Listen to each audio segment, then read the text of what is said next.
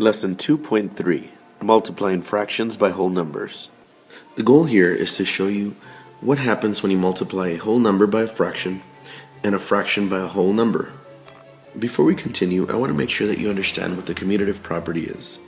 It is a mathematical rule that states that the order in which numbers are added or multiplied does not change their sum or product. In other words, if you had 2 plus 1 and 1 plus 2, it would give you the same value. Now, on a side note, if at any point I'm going too fast or you'd like to take notes of any kind, feel free to pause, take a screen capture, write something down in your notebook, whatever is necessary.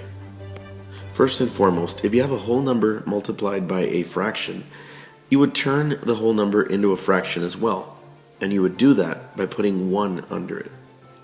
The reason for that is if you were to divide, or as I call it, in and out, it would go back to its original number, which is 5.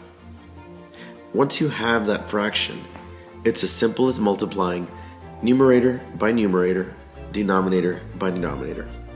And if necessary, turn it into a mixed number. And for that, you can feel free to refer to my other videos to learn how.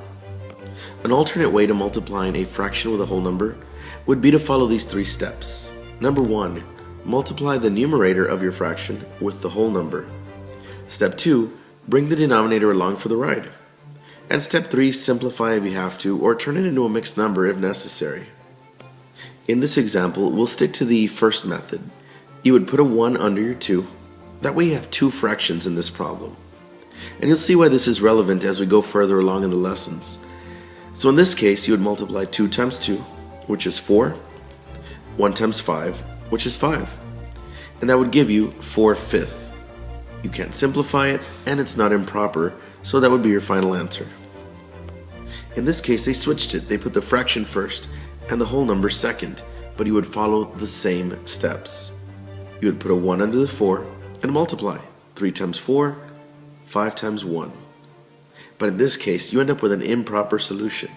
So that's when you would do what I call dividing once and writing your answer down clockwise. If you do that, you end up with 2 and you have a remainder of 2.